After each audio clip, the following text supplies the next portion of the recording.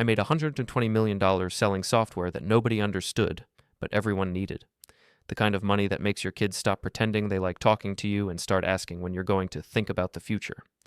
My wife Helen knew what that meant before I did.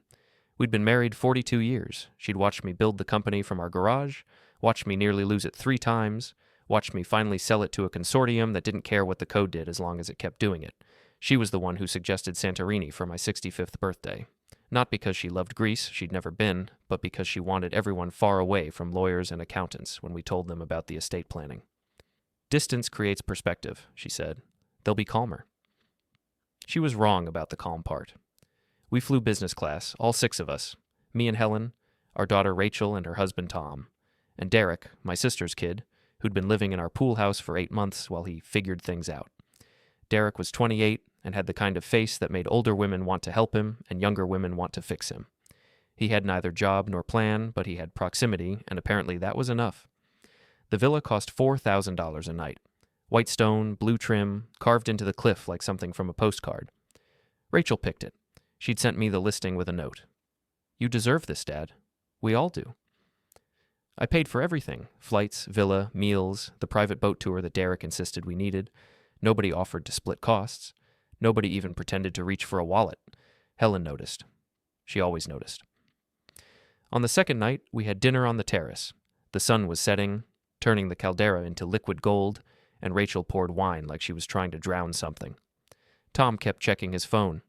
Derek stared at the view with the expression of someone calculating square footage. This place must be worth millions, Derek said. Everything's worth millions, Tom said. That's not the same as being able to sell it. Dad could buy it, Rachel said. She was on her 3rd glass. He could buy 10 of them. I don't want 10 of them, I said. I don't even want 1 of them. But you could. Yes. And we couldn't. Helen touched my hand under the table, a warning. I ignored it. You could if you earned it, I said. Rachel's smile didn't reach her eyes. Right. Earn it. Like you did. I worked 70-hour weeks for 20 years. What do you call that? Lucky timing. Tom put his phone down. Rach, come on. I'm just saying. The tech boom. The right investors. Dad didn't invent overnight success. He was just in the right place when it happened. I was in the right place because I put myself there. You could do the same. With what capital, Dad? You think people like Tom and me can just start companies? We have student loans. We have rent. You have a trust fund, I said. You've had access since you were 25. A trust fund you control. A trust fund that pays you $80,000 a year whether you work or not. She flinched. Helen squeezed my hand harder. Derek looked at his lap. Tom cleared his throat and said something about the sunset, and the conversation died the way conversations die when money gets named out loud. Later, Helen and I stood on the balcony outside our room. The village lights looked like stars reflected in dark water. She leaned against my shoulder, and I felt her breathing, steady and deliberate. You were too hard on her, Helen said. She called me lucky. She's your daughter. She's allowed to be wrong. She's 33. She should know better. She's scared. Of what? Of you remarrying. Of you deciding the money was never really hers. That's insane. It's human. I didn't answer. Below us, someone laughed. A couple walking on the path, holding hands, leaning into each other like they were the only people on the island. I wondered if they had kids. I wondered if their kids resented them. Do you think I'm a bad father? I asked. I think you're a complicated man who loves his daughter and doesn't know how to show it without a spreadsheet. That's not an answer. It's the only answer I have. She kissed my cheek and went inside. I stayed on the balcony until the village lights blurred and the stars looked like they were falling. The next morning, Derek suggested the cliff walk. There was a trail that ran along the caldera, narrow and steep, with views that travel bloggers called breathtaking and locals called stupid tourist bullshit. Derek had read about it on some blog. He wanted photos. It's your birthday trip, he said. We should document it. I hate photos, I said. Come on, Uncle Vincent, just one, for your legacy. Legacy. The word tasted like copper. I looked at Helen, but she was reading a book, her face carefully neutral. Rachel was putting on sunscreen. Tom was scrolling his phone. Nobody objected. Fine, I said. One photo. The trail was worse than I expected. Loose gravel, no railing, a drop that went straight down to rocks and water. The sun was setting again. Derek had insisted on golden hour, and the light made everything look softer than it was. We walked single file. Derek led, then Rachel, then Tom, then me. Helen stayed back at the villa. She said her knee was bothering her. She was lying. Helen's knee never bothered her, but she let me go anyway. Halfway along the trail, Derek stopped at a promontory. The rock jutted out over the caldera like a ship's prow, flat and wide, with just enough room for a person to stand. The drop was clean, no fence, no warning signs, just stone and air and a 600-foot fall to the sea. "Here," Derek said. "This is perfect." "Perfect for what?" I asked. "The photo. Stand right at the edge. The light's insane." I looked at the edge, then at Derek, then at Rachel, who was watching me with an expression I couldn't read. "I'm not standing on the edge," I said. "Dad, don't be dramatic. It's safe. It's a cliff. You're not going to fall." "Then you stand there," Derek grinned. "It's not my birthday." Tom said nothing. Rachel said nothing. "Just one shot, Uncle Vincent. That's all I'm asking." I don't know why I did it. Maybe because I was tired. Maybe because I wanted them to stop looking at me like I was a problem to solve. Maybe because some stupid part of me still wanted to make them happy. I stepped onto the promontory. The rock was warm under my shoes. The wind was stronger than I expected, pushing at my back, pulling at my jacket. I took 2 steps forward, then another. The edge was 3 feet away, then 2, then 1. "Perfect," Derek said. "Now turn around. Face the sunset." I turned. The caldera spread out before me, gold and purple and impossibly vast. I could see the village, the white buildings stacked like children's blocks, the domes of churches catching the last light. It was beautiful. The kind of beautiful that makes you forget where you are. I felt the hands before I understood what they meant. 2 palms, flat against my shoulder blades. Not a shove, a push. Firm and deliberate and completely without hesitation. I didn't have time to yell. Didn't have time to turn. I just fell. The air roared past my face. My stomach lurched. I saw the sky tilt, the rock spin, the horizon invert. Then I hit something hard and metal and unforgiving, and the world went dark. I didn't lose consciousness. The wire fence had caught me. Not the kind of fence that's meant to catch people, just a low barrier, 2 feet high, strung along a maintenance path I hadn't known existed. The drop below the path was another 6 feet, ending in rocks and scrub and the kind of slope that would have broken every bone in my body.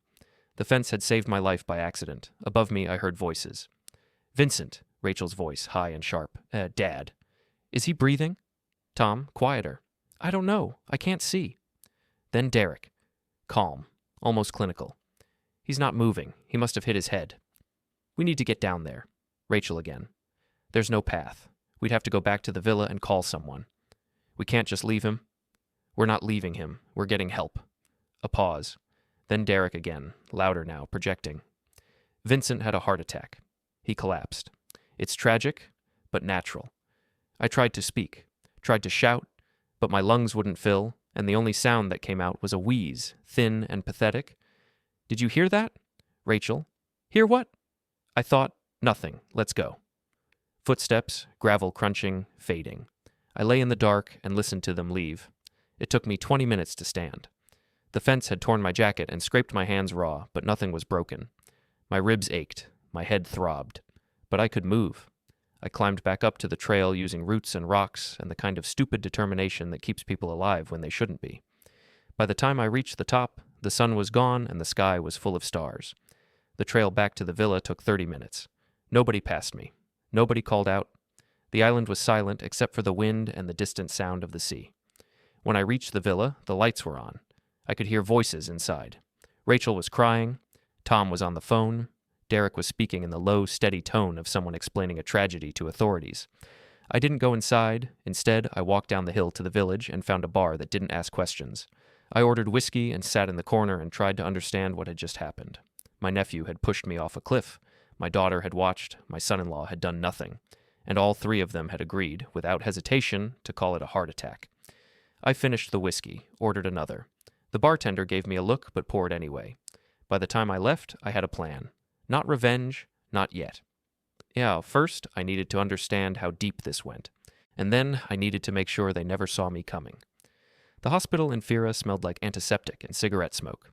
A doctor with tired eyes examined me, asked questions in Greek-accented English, and seemed unsurprised when I told him I'd fallen on a trail. Tourists fell on trails every week. Most of them were drunk. I didn't correct his assumption. He checked my ribs, bruised, not broken, cleaned the scrapes on my hands. You are lucky, he said. 6 inches different, you hit rocks. You die. I know. Your family, they know you are here? No. He frowned, but didn't press. I paid cash, refused a follow-up appointment, and walked out into the Santorini night with my jacket folded over my arm and my phone turned off. I found a small hotel near the port, the kind of place that catered to backpackers and didn't ask for passports up front. I paid for 3 nights, also in cash, and locked the door behind me. Then I turned on my phone. 47 missed calls, 63 texts. I read them in chronological order. Rachel, 8:47 p.m. Dad, where are you? We can't find you. Tom, 8:52 p.m. Vincent, please call. We're worried. Derek, 9:01 p.m. Uncle Vincent, this isn't funny. Rachel's losing it. Helen, 9:15 p.m. Vincent, call me now. I stopped reading and called Helen. She answered on the first ring. Where the hell are you? I'm fine. That's not what I asked. I'm in Fira, at a hotel. Silence. Then carefully, what happened? Derek pushed me off a cliff. Another silence. Longer. Vincent, I'm not joking. I'm not confused. I'm not having a breakdown. Derek pushed me, Rachel watched, and Tom did nothing. Then they told each other I had a heart attack. That's insane. I heard them say it. You heard them panic. People say stupid things when they're scared. Helen, they left me there. They didn't check if I was alive. They just left. Her breathing changed, slower, deeper. The way she breathed when she was solving a problem she didn't want to solve. Where did you fall? She asked. There was a fence, maintenance path. I only dropped 6 feet. And they don't know that. No. So they think, or close to it. And you didn't correct them. No. Another pause. I could hear her thinking, the gears turning in that sharp, precise mind. What do you want to do? She asked. Vincent, I want to know if this was Derek's idea or hers. I want to know if Tom was in on it or just too weak to stop it. I want to know how long they've been planning this.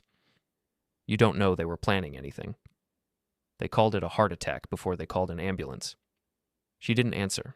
Couldn't answer, because I was right. I need you to do something, I said. What?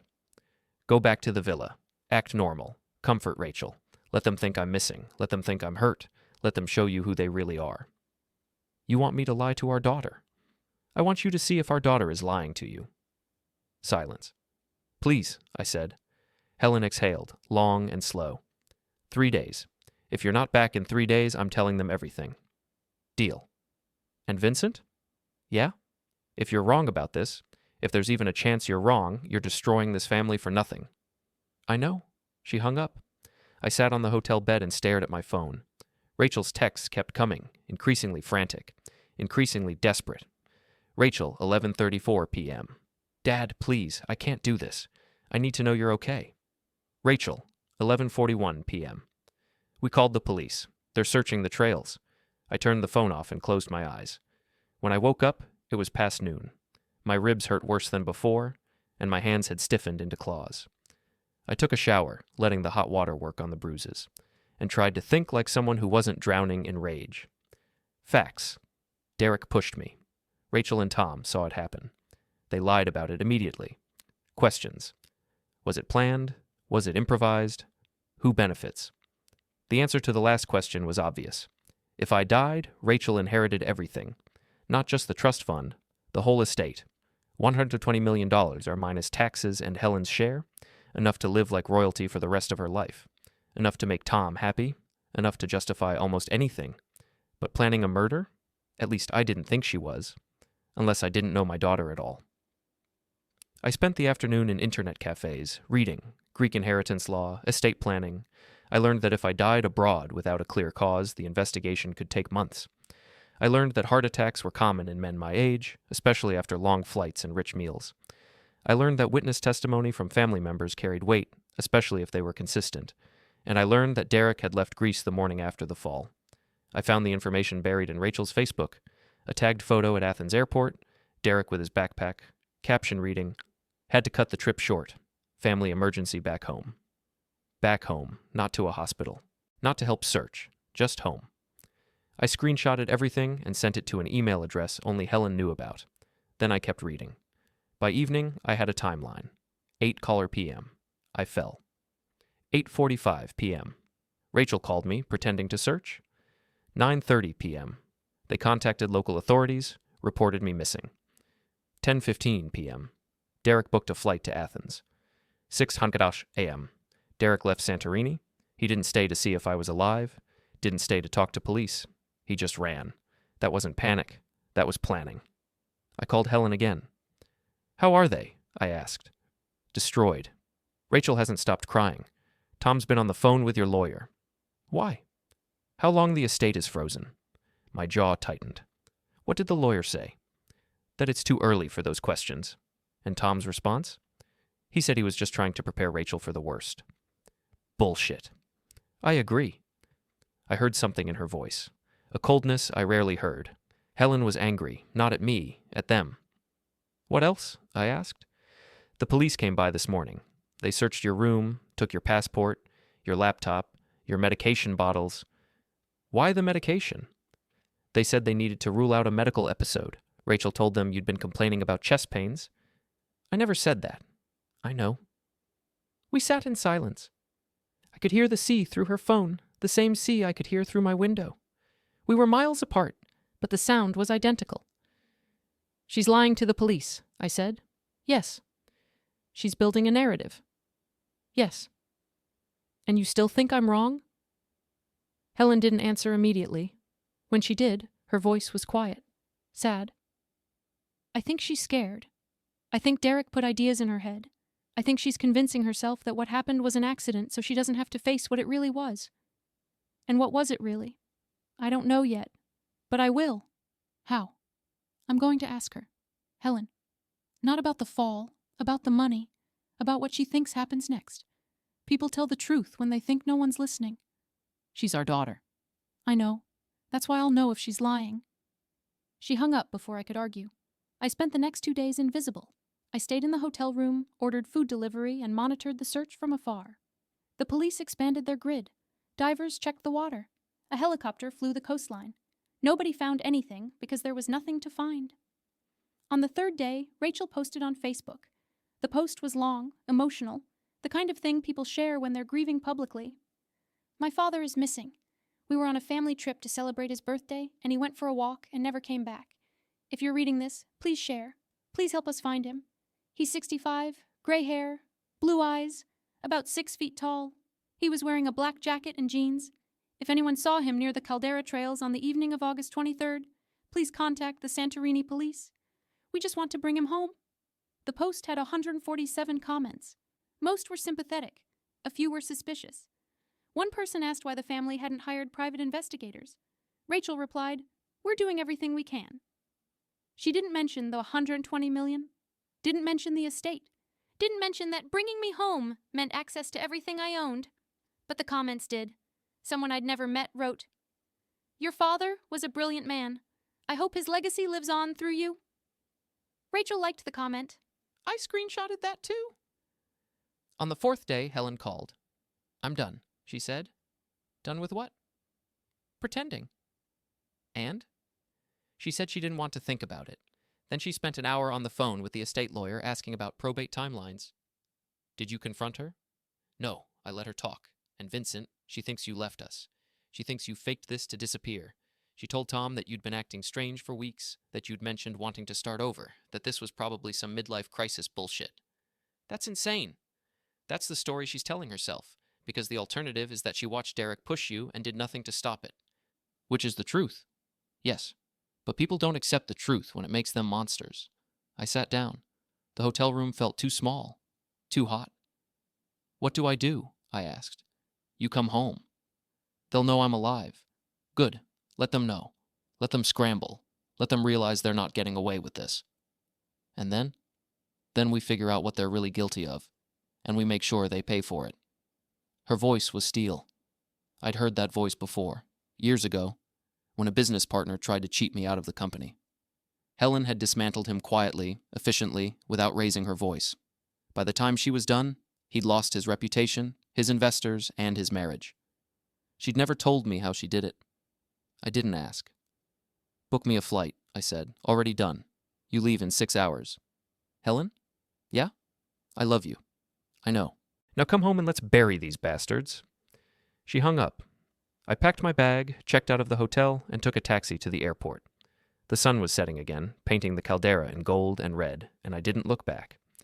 15 days later, I walked through my front door. The invitation went out 3 days later. You are cordially invited to celebrate the life and miraculous return of Vincent Marlowe. Join us for an evening of gratitude, reflection, and truth. Saturday, October 14th, 7 p.m., the Riverside Event Center. Helen sent it to everyone, friends, family, business associates, especially Rachel. She called within an hour. "Mom, what the hell is this?" "It's exactly what it says, a celebration." Silence, long and brittle. "What?" Rachel's voice cracked. "Your father is alive. He survived the fall. He's been recovering." "I didn't—" Saturday, 7 p.m. If you don't show up, everyone will know why. Helen hung up. I stood in the kitchen, staring at my wife. "You really think she'll come?" "She has to. If she doesn't, it's an admission of guilt." "And if she does? Then we end this." The week before the party was a blur. Helen hired caterers, photographers, a sound system. She invited a reporter from the local paper. She made it impossible to ignore. Rachel called twice more. Both times, Helen let it go to voicemail. Tom sent an email. "Helen, please. We need to talk about this. Rachel is fragile. This public spectacle will destroy her." Helen replied with one sentence. "She should have thought of that before she watched my husband get pushed off a cliff." The morning of the party, I put on a suit for the first time in weeks. Helen had picked it out. Navy blue, crisp white shirt, no tie. "You need to look alive," she'd said. "Not like a ghost." I looked in the mirror. The bruises were gone, the scrapes had healed, but my face looked different, older, harder, like something had been carved away. Helen came up behind me and adjusted my collar. "You ready?" she asked. "No." "Good. Neither am I." We drove to the event center in silence. The parking lot was already filling up. I recognized cars, faces, people I'd known for decades, all gathering to see if the rumors were true. Helen squeezed my hand. "Remember, we're not here to convince them. We're here to make Rachel choose." "Choose what?" "The truth or the lie, and either way she loses." We walked inside. The room was stunning. Helen had outdone herself.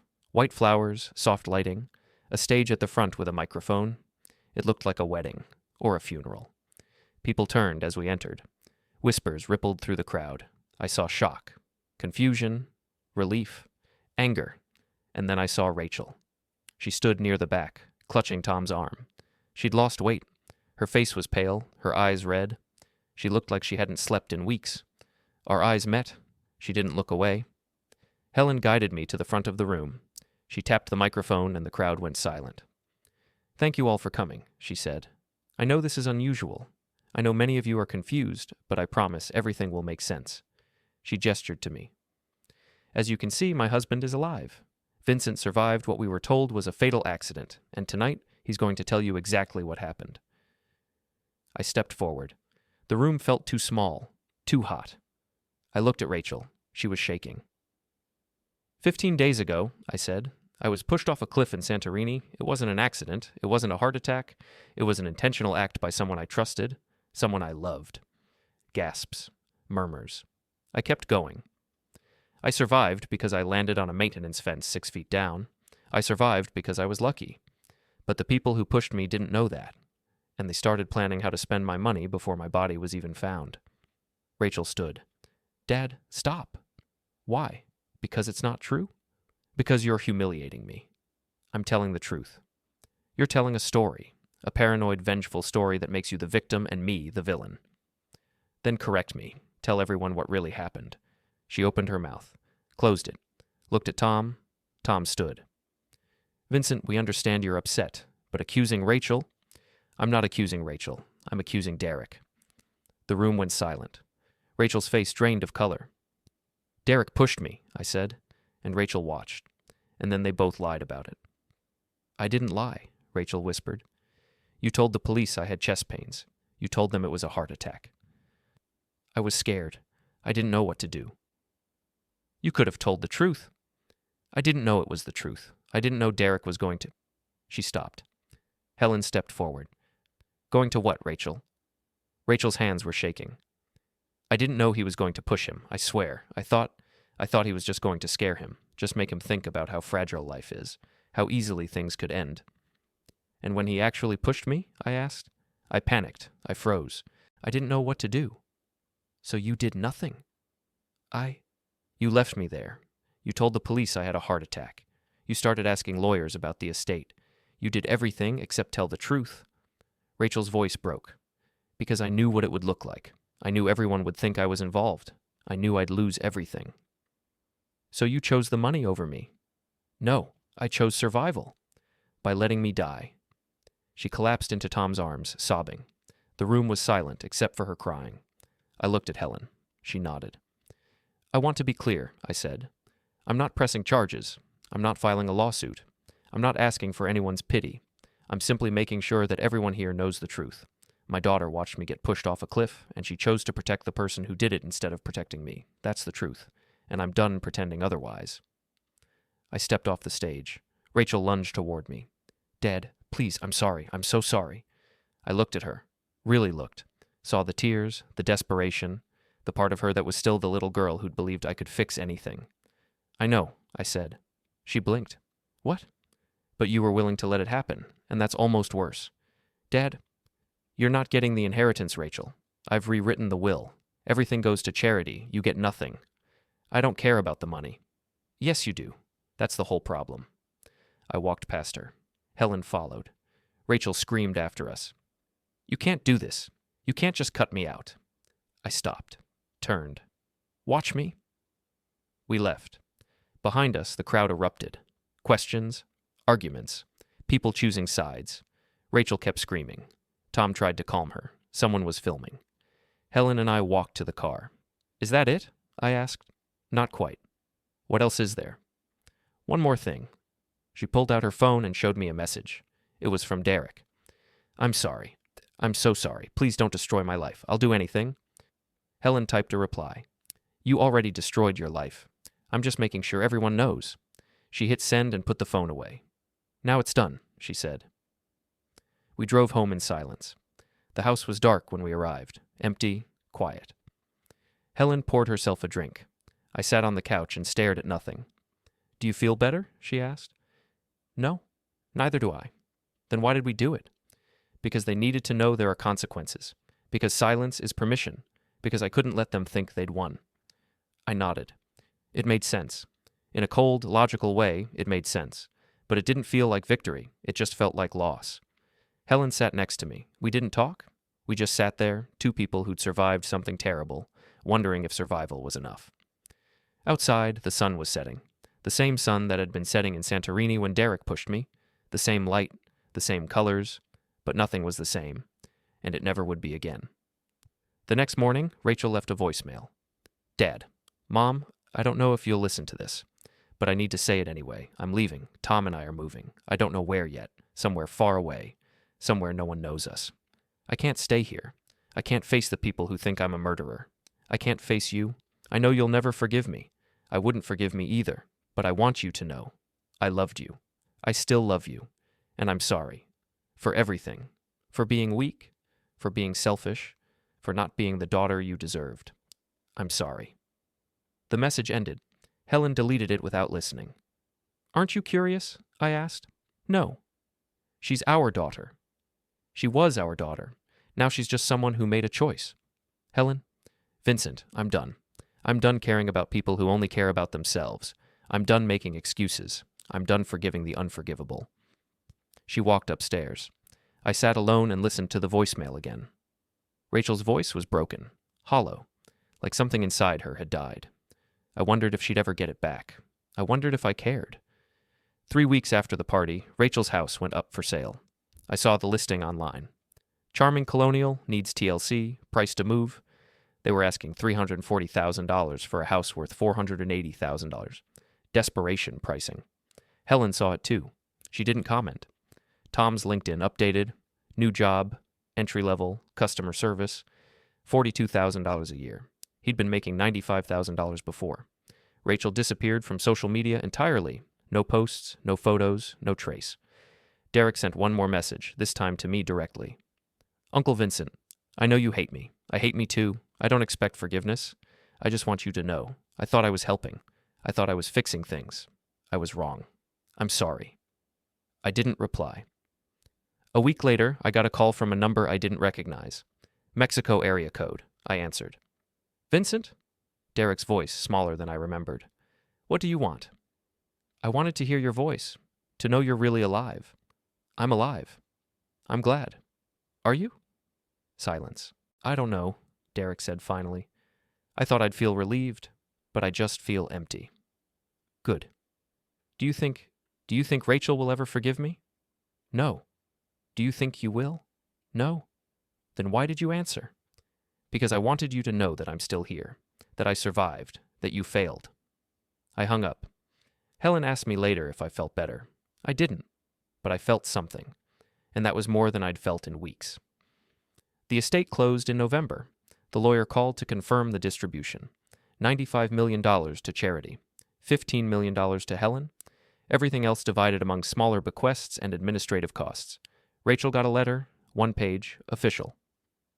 Dear Rachel Marlowe Chen, this letter is to inform you that you have been removed from Vincent Marlowe's estate plan.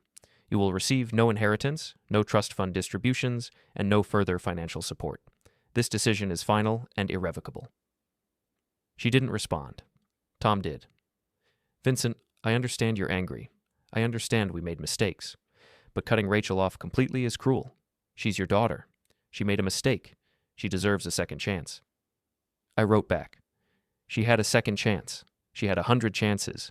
She chose money every time. He didn't reply. December came. The holidays felt like a funeral. Helen and I had Christmas dinner alone. We didn't talk about Rachel. Didn't talk about Derek. Didn't talk about the money or the will or the party. We just ate in silence and pretended we were fine. On New Year's Eve, I found Helen crying in the bathroom. I'd never seen her cry. Not once in 42 years. Helen? She looked up. Her face was red, her eyes swollen. I destroyed our family, she said. No, you didn't. I did. I could have let it go. I could have forgiven her. But I couldn't. I couldn't. I sat down next to her, held her hand. She watched me fall, I said. She lied. She chose money. You didn't make her do that. But I made it permanent. I made sure she could never come back. Good. Helen looked at me. You don't mean that. I do. You loved her. I loved who I thought she was, not who she actually is. Helen wiped her eyes. Do you think we're bad people? I think we're people who got hurt and hit back. That doesn't answer the question. No, it doesn't. We sat there until midnight. When the fireworks started, we didn't watch. We just held each other and pretended tomorrow would be different. It wasn't. January was worse. The press found out. Not everything. Helen had been careful, but enough. Tech mogul disinherits daughter after alleged murder attempt. The story went viral. Reddit threads, Twitter debates, YouTube videos analyzing the family dynamics. Rachel's name trended for 3 days. Someone found her new address, posted it online. She had to move again. Tom sent one final email. You won. Are you happy now? I didn't answer. Helen did. We didn't win. Nobody won. But at least she knows what it feels like to lose everything. February. March.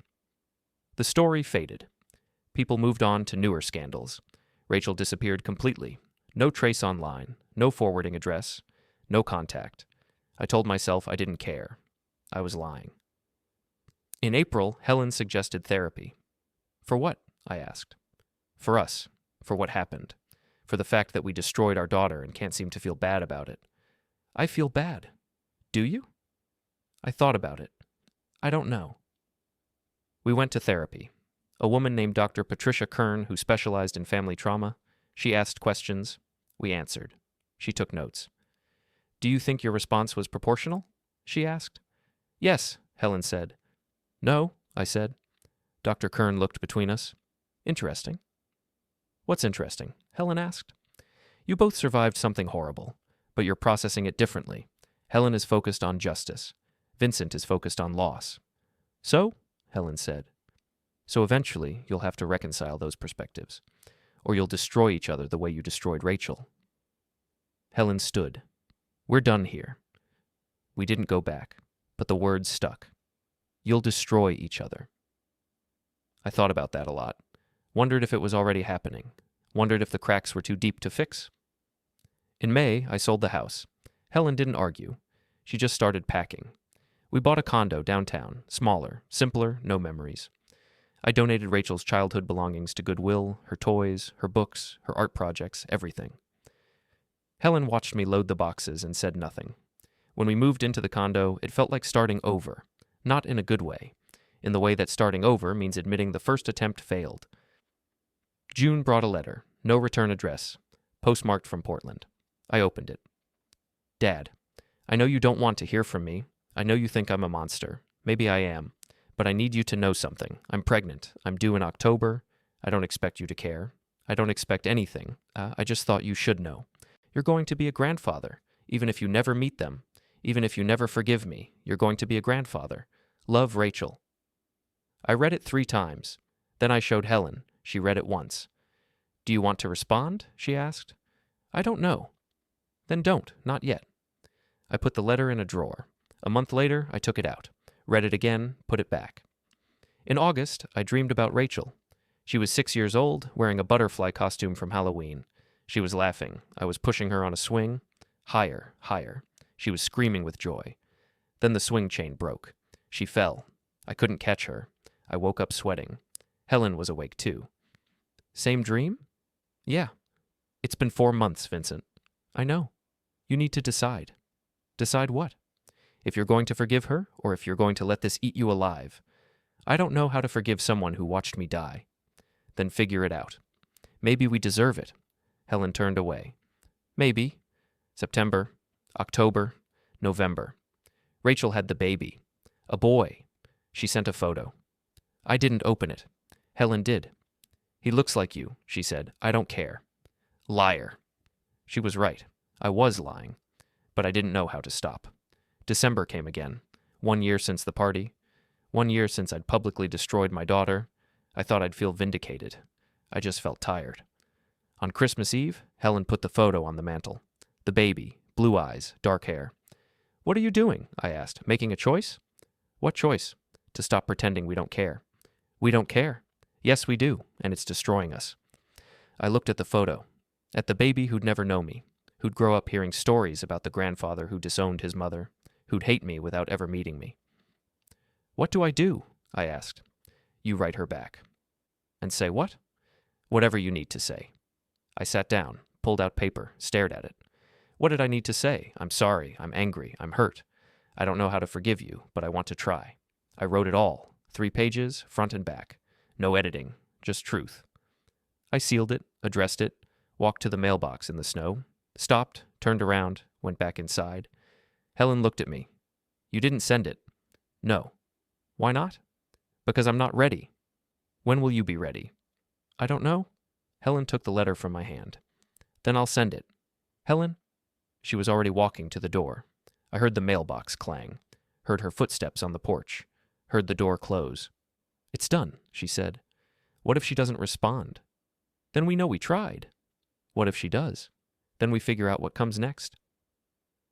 3 weeks later, Rachel wrote back, Dad, thank you. I don't deserve your words. I don't deserve your forgiveness, but I'll take them anyway.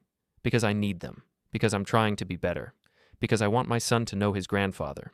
Not the man I thought you were, but the man you actually are. If you're willing, if you can forgive me, even just a little.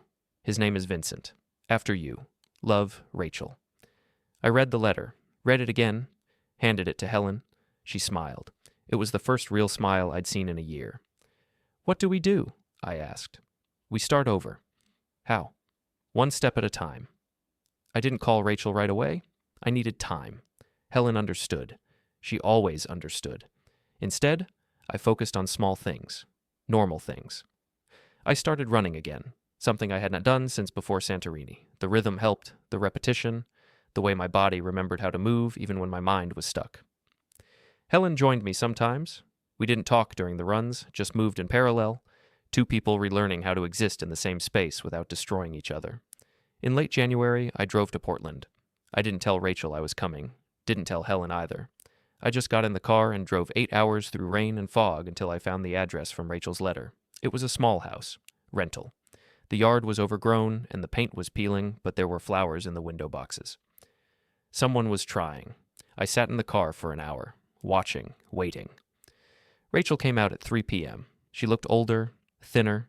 Her hair was longer, pulled back in a ponytail. She was carrying the baby in one of those chest carriers, his tiny head tucked under her chin. She walked to the mailbox, checked it, found nothing. Turned to go back inside. Our eyes met. She froze. I got out of the car. "Dad?" I didn't say anything. Just stood there, hands in pockets, trying to figure out what came next. "What are you doing here?" she asked. "I don't know." "Did you get my letter?" "Yes."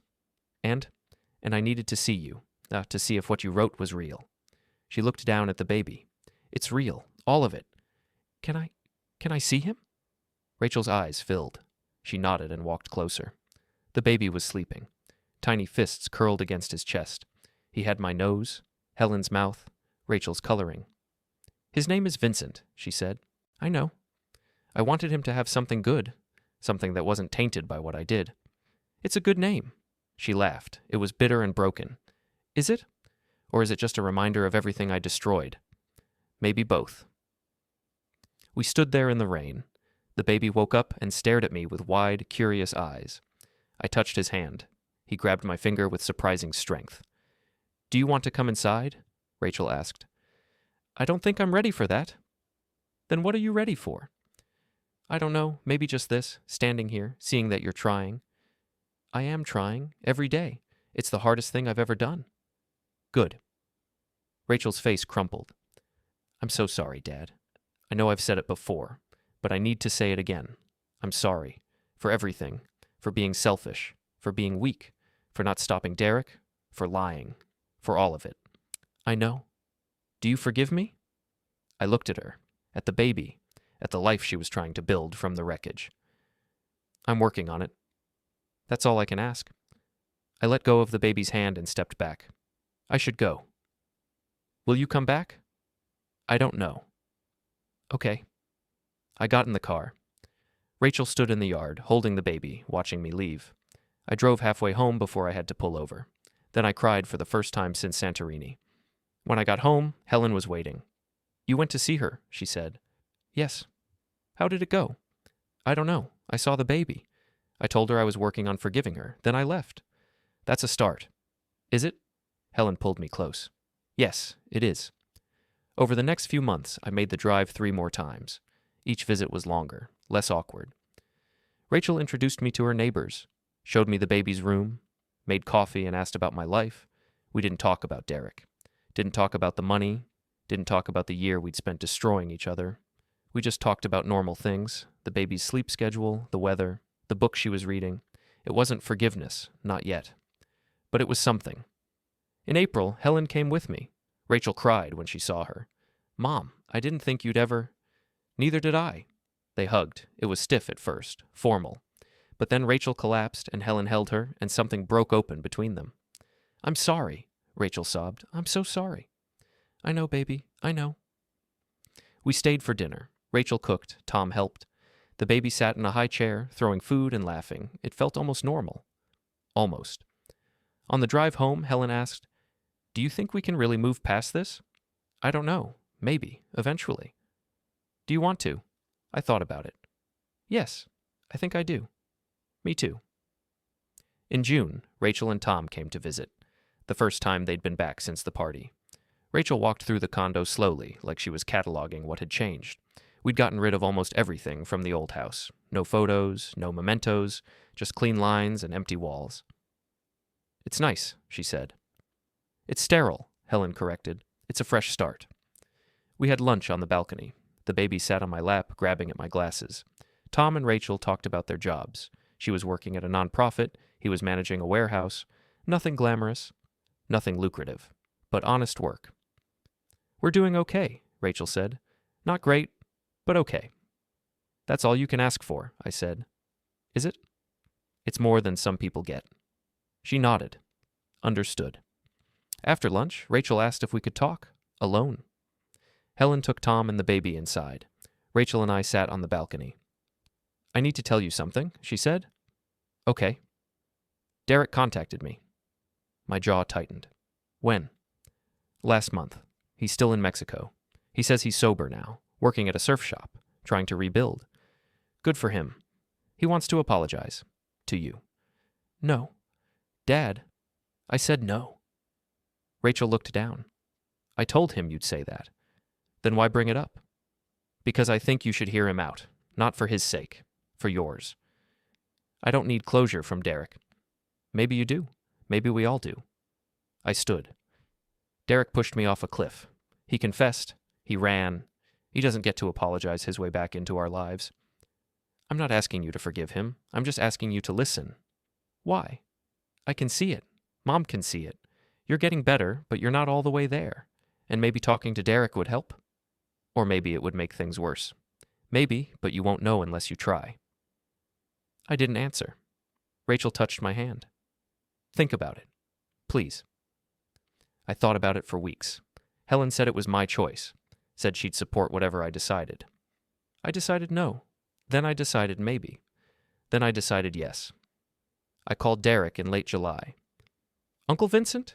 His voice was tentative, afraid. Rachel said you wanted to talk.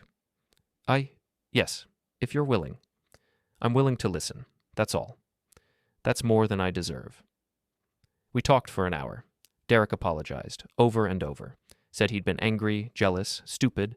Said he'd convinced himself I was the problem, that removing me would fix everything. I was wrong, he said, about all of it. I ruined your life. I ruined Rachel's life. I ruined my own life, and I can't take it back. No, you can't. Do you think there's any chance you could forgive me? I don't know. Ask me in 10 years. That's fair. Derek? Yeah? If you ever come back to the States, I'll make sure you go to prison. Do you understand? Yes. Good. I hung up. Helen asked if I felt better. I didn't, but I felt lighter, like I'd put down something heavy I'd been carrying for too long. In August, Rachel asked if we'd come to the baby's first birthday party. Just us, she said. No one else, just family. We went. The party was small. Cake. Balloons. The baby smashing his face into frosting while everyone laughed. Rachel made a toast. To second chances. To forgiveness. To the people who love us even when we don't deserve it. She looked at me when she said it. I raised my glass. Later, when everyone was cleaning up, Rachel pulled me aside. Thank you for coming. Of course. I know it's not easy, being here, pretending everything's okay. We're not pretending. We're trying. Is that enough? It has to be. She hugged me. It was the first real hug we'd shared in over a year. I hugged her back. When we left, Helen said, I think we're going to be okay. You think? I hope. That's a start. September, October, November. The seasons changed. Life continued. Rachel sent photos of the baby. We sent gifts. We visited once a month. It wasn't perfect. There were still silences. Still moments when the past loomed too large to ignore. But we were trying, and trying was more than we'd had a year ago. In December, on the anniversary of the party, I got a call from Richard Voss. Vincent, I need to talk to you about the will. What about it? I think you should revise it. Why?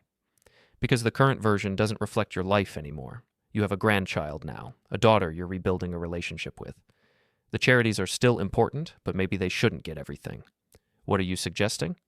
I'm suggesting you think about what you want your legacy to be. Not what you wanted when you were angry, but what you want now. I thought about it. Then I called Helen. What do you think? I asked. I think he's right. Should we give Rachel another chance? She's already getting another chance. The question is whether we give her money. Is that the same thing? No, but it's related. We talked for hours, debated, argued, came to a decision. Rachel would inherit, but not everything, and not immediately. The new will set up a trust. Rachel would receive $30,000 a year, with the remainder distributed when she turned 50. If she stayed employed, stayed out of debt, stayed clean, the trust would release the full amount. If she didn't, everything went to charity. It was a compromise, a gamble, a test, but it felt right. I called Rachel and told her. She cried, "You don't have to do this." I know. Then why are you? Because I want to believe you've changed, and I want to give you the chance to prove it. What if I fail? Then you fail. But at least we tried. Rachel was quiet for a long time. Then, thank you, Dad. You're welcome. We hung up. Helen looked at me.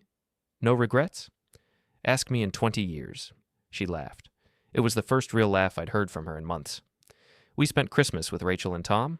The baby opened presents. Rachel cooked. Tom told bad jokes. It felt like a family again. Not the family we used to be, but a family nonetheless. On New Year's Eve, Helen and I stood on the balcony and watched fireworks over the city. Do you think we made the right choice? She asked. I don't know, but I think we made our choice, and that's what matters. What if she betrays us again? Then we deal with it. Just like that?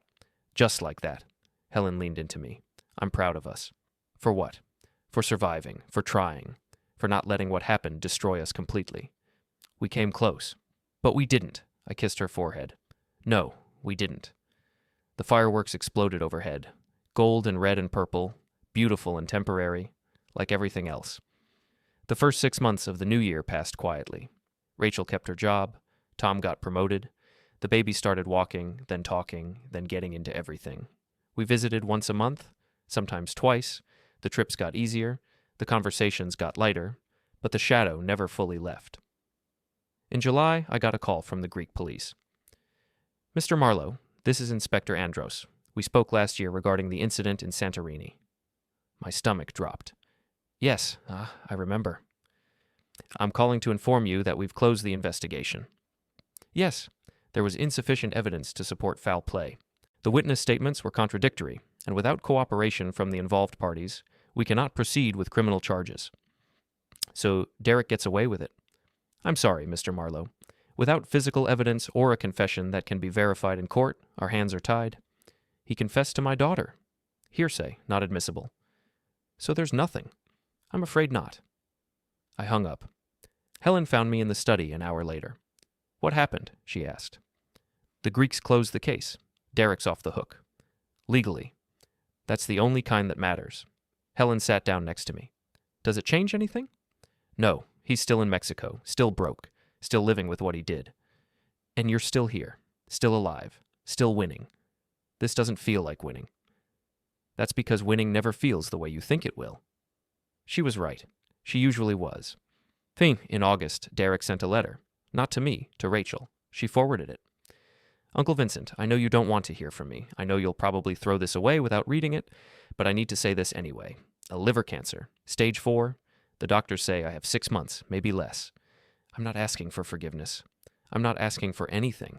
I just wanted you to know that I think about what I did every single day, and I'm sorry. I'm so sorry. Derek. I read it 3 times. Then I called Rachel.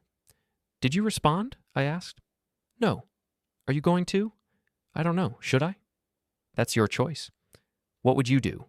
I thought about it. I'd tell him the truth. Which is? Rachel was quiet. Then, I don't think I can say that. Then say nothing.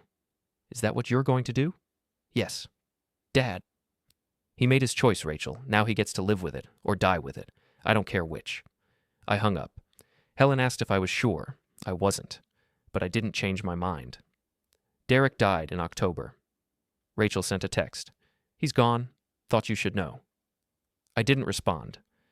Helen went to the funeral. Not because she wanted to, but because someone should. When she came back, she said, there were 6 people there, his mother, 2 cousins, the priest, me, and a woman from the surf shop. Did anyone speak? His mother. She said he was troubled but loved, that he made mistakes but deserved peace. Do you think he got it?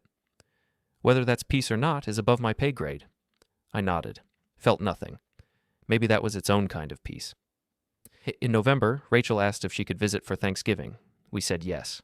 The dinner was strange, not tense, just strange, like we were all pretending to be people we used to be.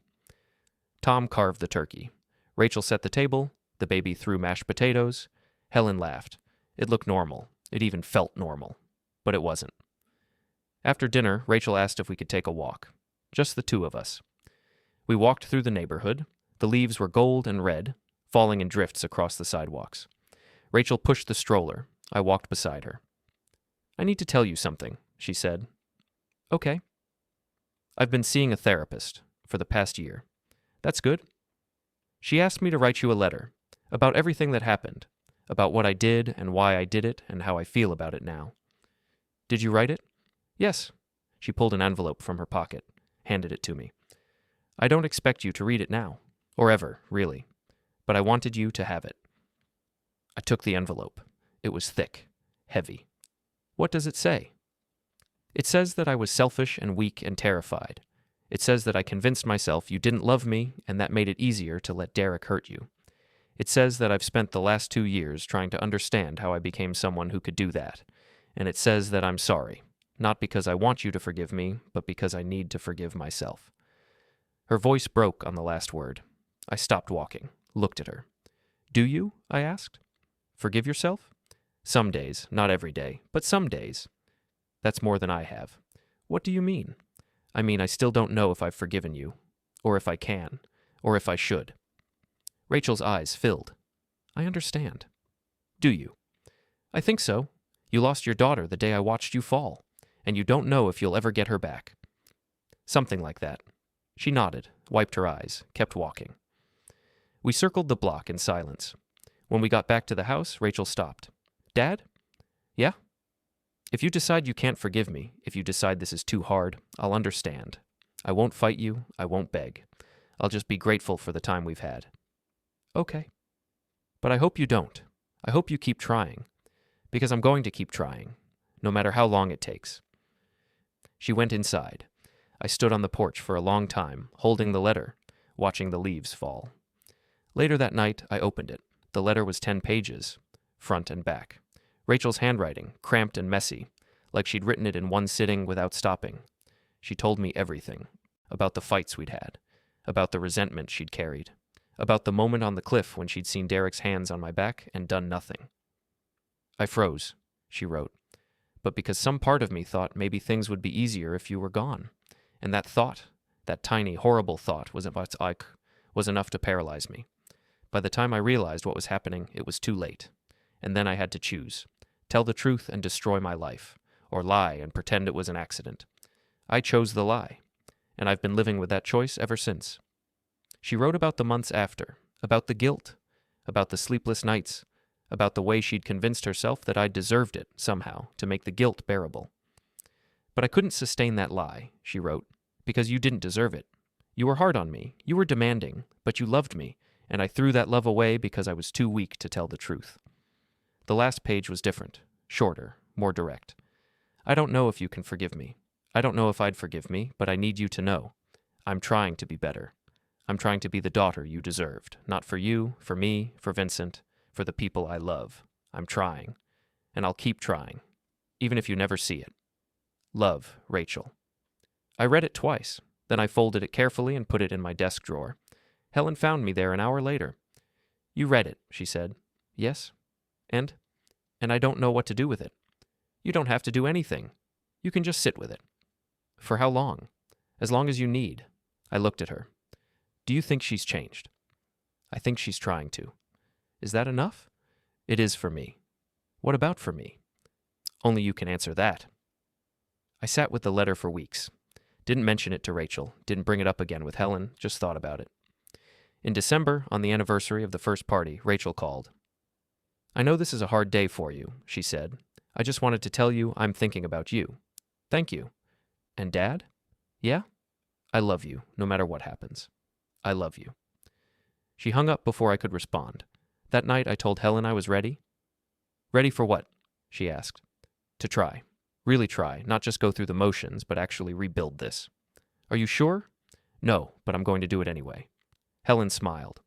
Then let's do it. We called Rachel the next day, told her we wanted to spend more time together, not just visits, real time, vacations, holidays, birthdays. She cried. You mean it? We mean it. Why now? Because life's too short to waste on resentment, and because you're trying, and because I want to know my grandson. Thank you. Thank you so much. Don't thank me yet. This is going to be hard. I know. There will be bad days. Days when I'm angry or hurt, or I can't look at you without remembering what you did. I know. And on those days, you have to be patient. You have to let me work through it. I will, I promise. We made plans. New Year's in Portland, spring break at the coast, summer in the mountains. We were building something. Slowly, carefully. It wasn't the family we used to be. But it was a family, and that was enough.